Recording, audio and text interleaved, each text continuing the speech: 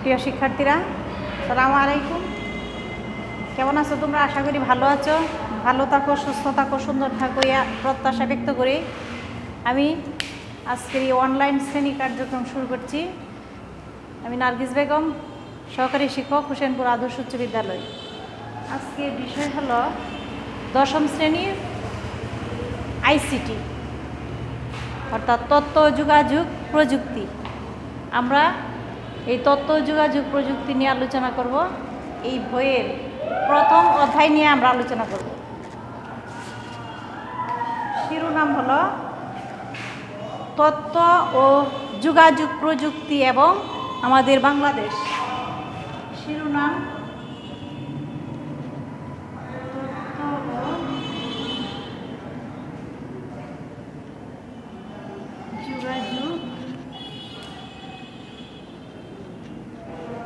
তথ্য ও যোগাযোগ যোগাযোগ প্রযুক্তি এবং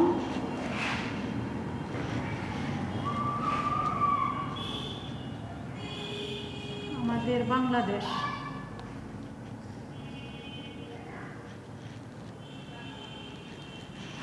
তো প্রিয় শিক্ষার্থীরা, আমরা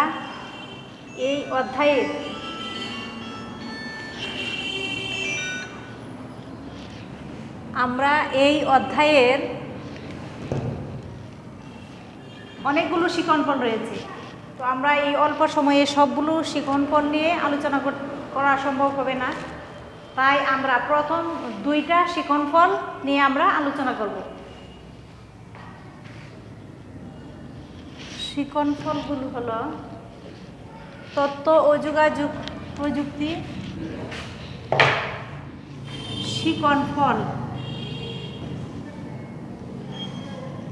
শিক্ষণফল নাম্বার 1, তথ্য যোগাযোগ প্রযুক্তির গুরুত্ব ব্যাখ্যা করতে পারবো এই পাঠ শেষে। তথ্য ও যোগাযোগ প্রযুক্তির গুরুত্ব ব্যাখ্যা করতে পারবো।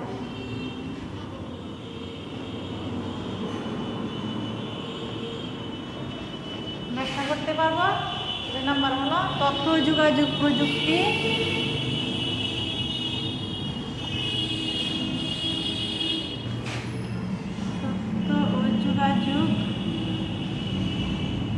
প্রযুক্তি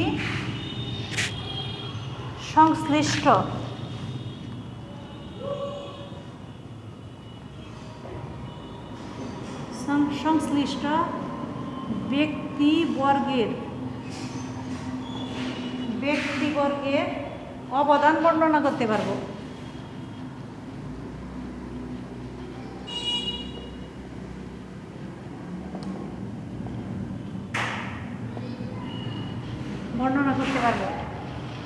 তো আমরা প্রথমেই বলতে চাই যে 21 শতক এবং তথ্য ও যোগাযোগ প্রযুক্তি। 21 শতকের সম্পদ হলো জ্ঞান, যার অর্থ হচ্ছে কৃষি, খনিজ সম্পদ কিংবা শক্তির উৎস নয়, শিল্প কিংবা বাণিজ্যও নয়। এখন পৃথিবীর সম্পদ হচ্ছে সাধারণ মানুষ।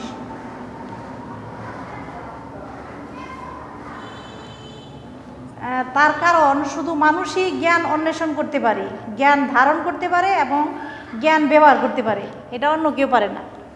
অর্থাৎ একটা সময় ছিল মানুষ প্রকৃতির উপর নির্ভরশীল হয়ে অনেক কিছুই করত, কিন্তু এখন দেখা যাচ্ছে যে মানুষ তার জ্ঞানকে কাজে লাগিয়ে, এই প্রযুক্তিকে কাজে লাগিয়ে শুধু প্রকৃতির উপরেই নির্ভরশীল নয়, এই মানুষের জ্ঞান এবং প্রযুক্তিকে কাজে লাগিয়ে মানুষ কৃত্রিমভাবে অনেক কিছুই মানুষের দ্বারা করা সম্ভব হচ্ছে। যেমন আগে কৃষিকাজ মানুষ প্রকৃতির উপর নির্ভরশীল হয়েই করত, এখন আর তা এই তথ্য যোগাযোগ প্রযুক্তি ব্যবহারের ফলে এখন আর এই প্রকৃতির উপর নির্ভরশীল হয়ে মানুষকে থাকতে হয় না। আচ্ছা, তো 21 শতকের বিষয় হলো দুটি, একটি হলো গ্লোবালাইজেশন,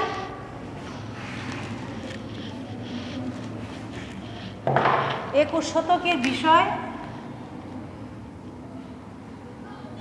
21 শতকের বিষয় হলো দুটি, যথা গ্লোবালাইজেশন আর হলো গ্লোবালাইজেশন।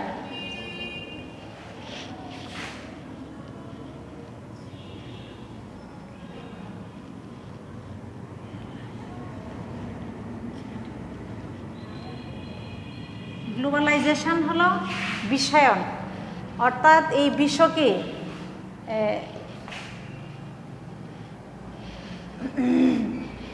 এটা গ্রামের মানুষ যেমন একে অপরের সাথে সঙ্গবদ্ধ বা একে অপরের সাথে সম্পৃক্ত, একটা গ্রামের সাথে এই বিশ্বকে এখন তুলনা করা হয়েছে। এই আর দ্বিতীয়টি হলো ইন্টারন্যাশনালাইজেশন।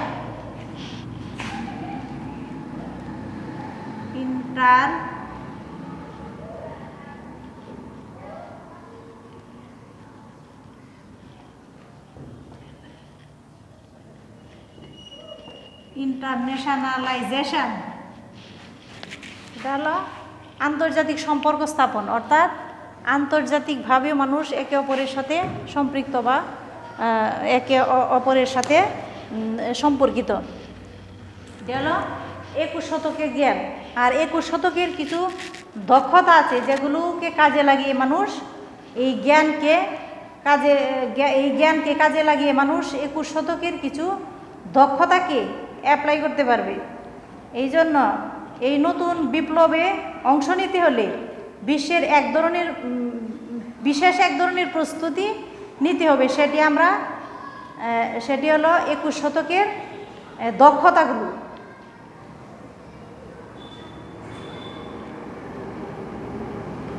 আর এই দক্ষতাগুলো হলো 21 শতকের দক্ষতাগুলোকে কাজে লাগিয়ে আমরা এই প্রযুক্তিকে আরও সমৃদ্ধশালী এবং এই সমাজ বা রাষ্ট্রকে আমরা আরও এগিয়ে নিয়ে যেতে পারব। আর এই 21 শতকের দক্ষতাগুলো হলো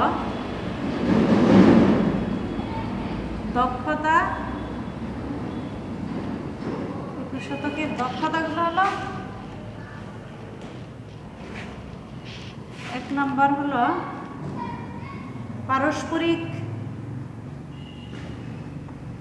পারস্পরিক সহযোগিতার মনোভাব।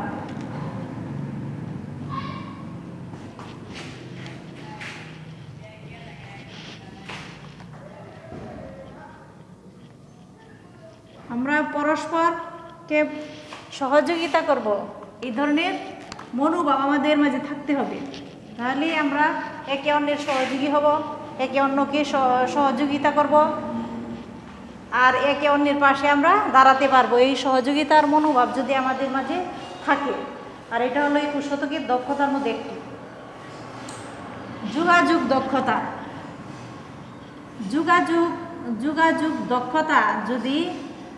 যোগাযোগ দক্ষতার কারণেই আমরা একে অন্যের সাথে যোগাযোগ রক্ষা করতে পারবো এবং যে কোনো বিষয় একে অন্যের সাথে আমরা শেয়ার করতে পারবো।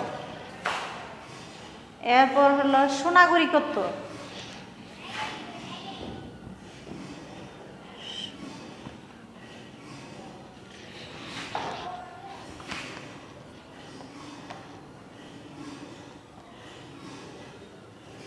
সুনাগরিকত্ব, একজন সুনাগরিক কি পারে দেশকে এগিয়ে নিয়ে যেতে পারে। আর একজন সুনাগরিকেরও দেশের প্রতি, রাষ্ট্রের প্রতি, সমাজের প্রতি, তার পরিবারের প্রতি তার অনেক দায়িত্ব আছে। আর একজন সুনাগরিক এই দায়িত্বগুলো যদি সে সঠিকভাবে যথাযথভাবে পালন করে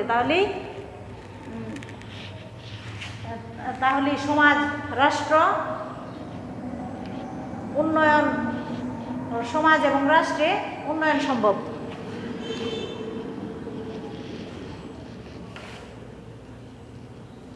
সমস্যা সমাধানে পারদর্শী। সমস্যা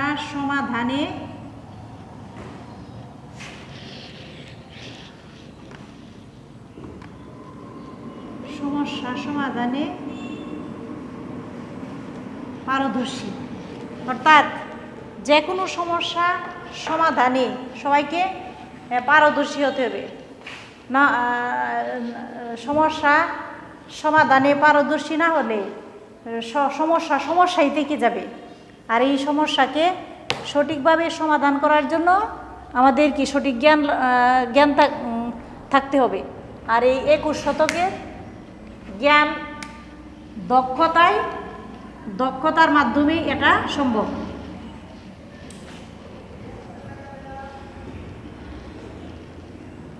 বিশ্লেষণী চিন্তন দক্ষতা।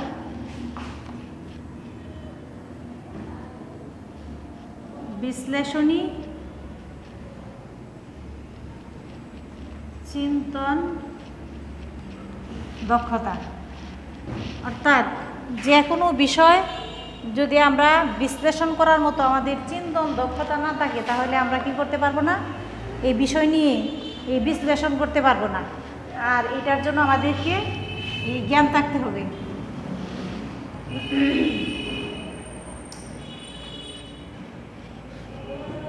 এবং সৃজনশীলতা।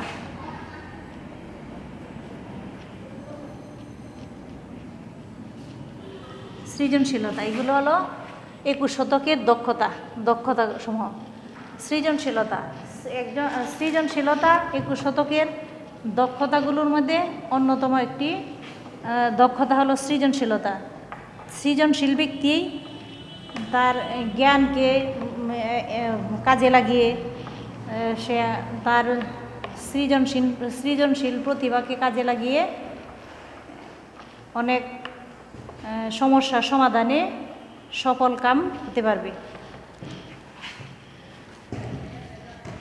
এখন এই দক্ষতা অর্জন করতে না পারলে সে 21 শতকের চ্যালেঞ্জ মোকাবেলা করে জ্ঞানভিত্তিক সমাজে স্থান করে নিতে পারবে না।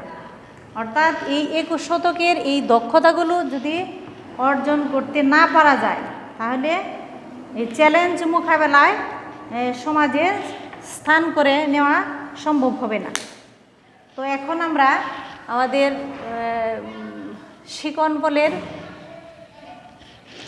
2 শিকনফল 2 নিয়ে আমরা আলোচনা করব।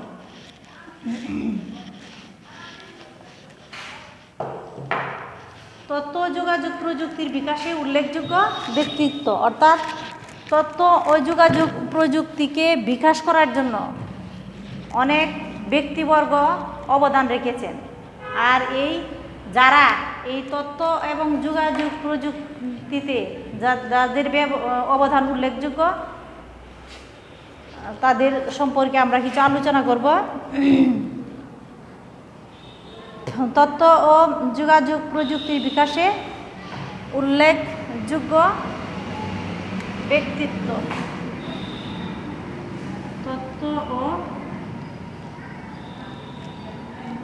যোগাযোগ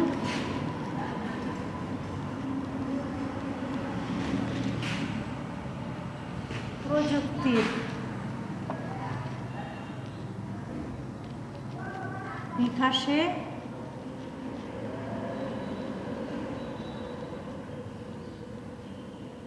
উল্লেখযোগ্য ব্যক্তিত্ব। উল্লেখযোগ্য ব্যক্তিত্ব বা উল্লেখযোগ্য ব্যক্তি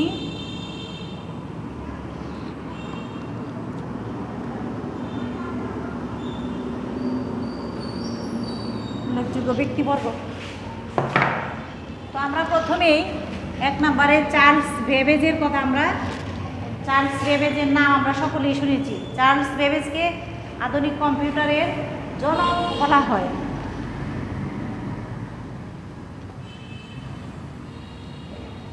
চার্লস বেবেজ তার সময়কাল ছিল 1791 থেকে 1871। Charles Babbage. সময়কাল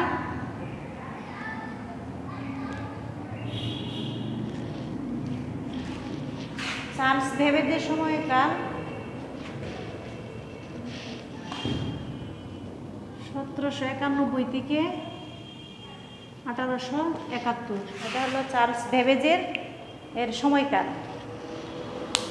তিনি চার্লস বেবেজ। আধুনিক কম্পিউটারের বিকাশ ও প্রচলন শুরু হয় চার্লস বেবেজ নামে একজন ইংরেজ প্রকৌশলী ও গণিতবিদের হাতে।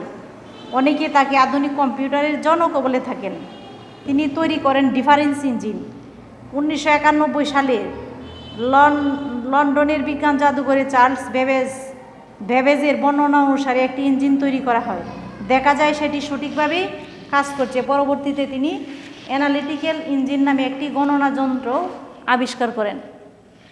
তো আমরা কি জানলাম? চার্লস বেবেজকে আধুনিক কম্পিউটারের জনক বলা হয়। তিনি অ্যানালিটিক্যাল ইঞ্জিন আবিষ্কার করেন। তিনি ডিফারেন্স ইঞ্জিনের ধারণাও তিনি দিয়েছিলেন। তারপর আসছে 2 নাম্বার হলো অ্যাডা লাভলেস।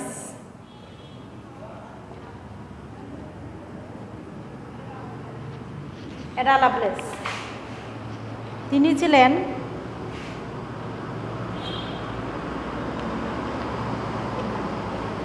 অ্যাডা লাভলেস কবি ভাইরনের কন্যা।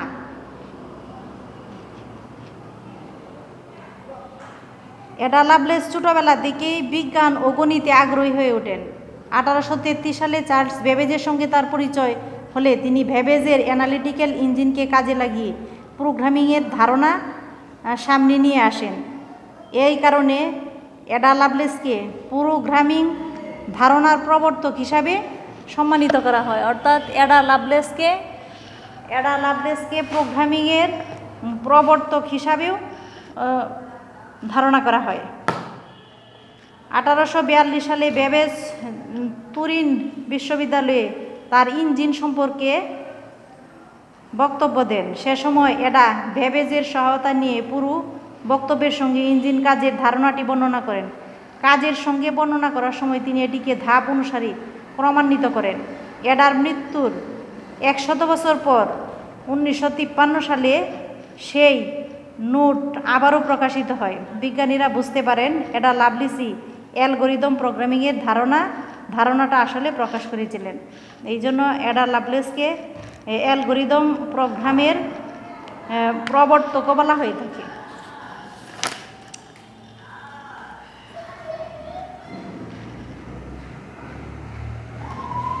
তিন number James Clerk Maxwell. James clerk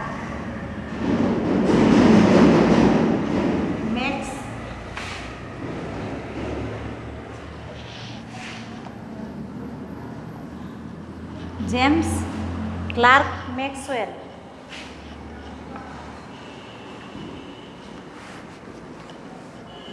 বিজ্ঞানী জেমস ক্লার্ক ম্যাক্সওয়েলের সময়কাল হলো 1831 থেকে তার সময়কাল 1831 থেকে 1879। 1831 থেকে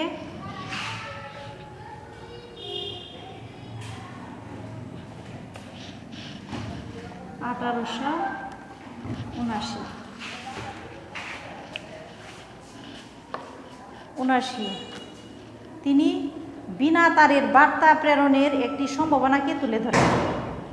এই তথ্য যোগাযোগ প্রযুক্তির বিকাশে উল্লেখযোগ্য ব্যক্তিবর্গের মধ্য থেকে অনেকেই এর বিকাশে উল্লেখযোগ্য ভূমিকা রেখেছেন। তার মধ্যে আমরা 3 জন ব্যক্তিবর্গ সম্পর্কে আলোচনা করার সুযোগ পেয়েছি। আর আমরা পরবর্তী সময়ে আরও বাকি যারা আছেন যারা এই তথ্য যোগাযোগ প্রযুক্তিতে তাদের অবদান উল্লেখযোগ্য, তাদের সম্পর্কে আমরা আলোচনা করব। আর আজকের এই আলোচনা থেকে তোমরা নিজের আরও ভালো করে বাসায় স্টাডি করবে। এই জন্যই যে এই বই থেকে তোমাদের বহু নির্বাচনী প্রশ্নের সঠিক আনসার করার জন্যই তোমরা এই পাঠ ভালো করে আয়ত্ত করার চেষ্টা করবে।